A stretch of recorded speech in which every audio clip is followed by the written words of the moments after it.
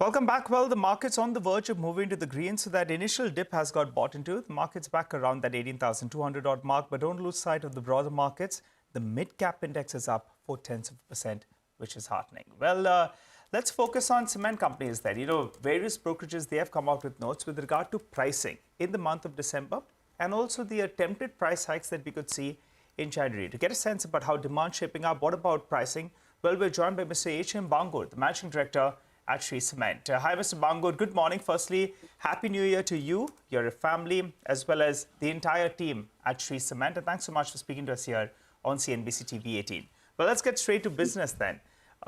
Pricing has been a little bit subdued, I understand, towards the end of December. So you operate in two big markets, that's the north and the eastern part. What have been the pricing trends? Could you tell us what has been the price difference between Q3 average in comparison to Q2? Go ahead, sir.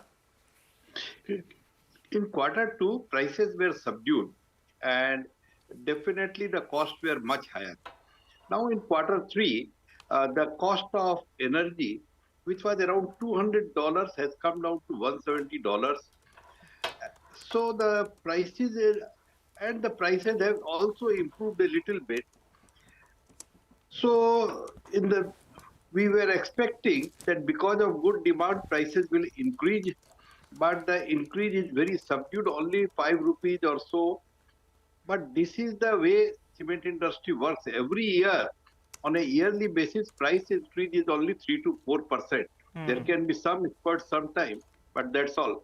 So prices are basically, you can take it for granted that year after year, about 4% price rise will be there. Okay, that's for the year, sir. But just for this quarter, if I compare Q3 with Q2, what has been the rough price increase in the the regions that you operate? An average price difference, per bag or per ton, whatever you want to give us. Yeah, well, it is all the same. About 2 to 3% is the price increase in north as well as east, and that's all. And it is not very surprising for us. Okay. Now, you began that answer by saying that in spite of good demand, prices, can you just explain that to us? Because we got some fairly good numbers from the macro. The core sector data showed that cement has done well in November over October. Is this season much better than previous seasons? No, here is a big difference. Last year and this year, October, the demand is lower because of the Diwali and festive season of Chhath. Yes. When we take October and November put together, overall 10 to 15% demand is high. But if you see only November, it will be more than 25% hike. Okay. So then the comparison is not very clear. No, I get, but 10 to 15% also is a good number, isn't it? Very good number. The government is spending a lot of money on infrastructure, and we are very confident that going in future, government spending will be good. When we see the 1.5 lakh is the average number for GST collection, it gives great confidence that government will have enough money for infrastructure projects. Mr. Bangur, good morning. So just a little more on demand and volumes. In Q3, what would the expected volume growth be? Will it be about 7-8%, or do you think it would be double-digit growth? It will be double-digit growth in Q3. Okay. And in Q4 also, we expect a double-digit growth for the industry. Okay, so double-digit growth for the industry both in Q3 and in Q4, and for yourself as well. You said 10 to 15%. So would it be at the higher end of that range? No, industry should grow at 10 to 12%, and our growth will be a little higher than the industry average. Okay, so Shree Cement's growth will be higher than 10 to 12%, more than the industry. Got that. A little more about where the demand is coming from. You said government spending has gone up, but within private as well. I'm asking because the last commentary we got from Tata Motors indicated that there's a big improvement in cement consumption. Is there a pickup in corporate capex? Are there green shoots over there? Is it more from real estate? Can you just give us some nuances?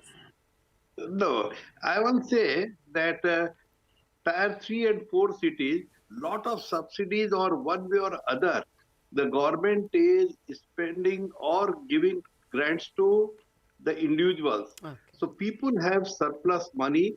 And now people, after meeting their household demands, are coming to their own housing. Housing need was always there and is almost unlimited need of housing is there. But the need will convert into demand only when money is available. So now with the India GDP growth, money is being available. So I feel 7 to 8% year after year compounded for next 5 years growth may be there. Oh, that's so good to hear, Mr. Bangur. Now, if we can drill it down to margins, how do you think the EBITDA per ton will go? The worst of inflation, at least WPI, wholesale inflation is clearly behind us. So, do we see the EBITDA per ton improving?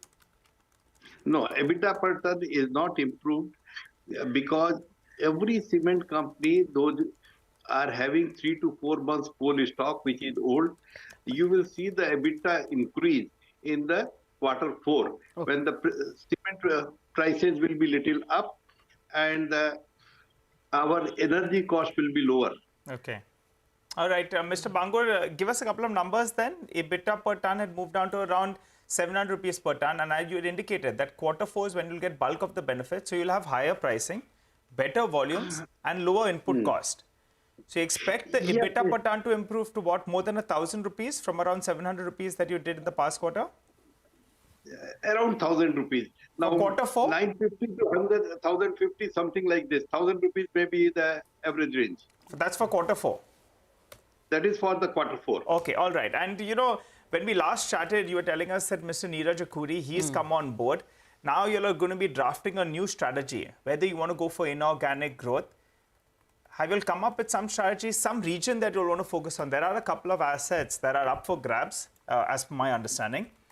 Have you looked at any of them? And would it be in the west or the south? Right now, we are focusing only on organic growth. Inorganic growth will take some time. We have not been very clear about the inorganic part. So you haven't spoken to any of the cement players? A lot of projects. In the COVID time, we had deferred a lot of projects. Now all the projects are on in line, and next 2 years or next 1 year, good capacity addition will be seen. Okay. When you say good capacity addition, what will it be? What are you looking at over the next 2 years? About on a base of in 1 year about 10 million ton cement and 6 million ton clinker. So the clinker and cement will be there about 10 million ton in 1 year time. Okay. Mr. Bangur, as an industry veteran, there is now one huge player in the sense of the Adani Group buying, both ACC and Ambuja from Holcim. Does that change the arithmetic in any fashion in terms of pressure on margins, or is it likely to? In any case, how does the arithmetic or the chemistry in the industry change? First of all, the change is from one promoter to another promoter, from one foreign promoter to one Indian promoter. No concentration has taken place. So one big player was always there, so the same big player name has changed. Okay. Now, coming to an Indian player, Mr. Adani, we feel will be much better than a foreign player.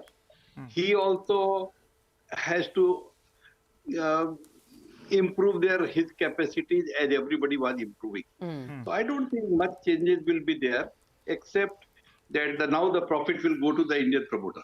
Okay, all right. Mr. Bangur, final question. Just want to clarify, you said double-digit volume growth for Q3 and Q4. So for the year, earlier you were talking about 10% volume growth. You want to up that a little bit or stick to 10%? No, double-digit 10% is good enough, and we are very happy about it. For the year, okay. Okay.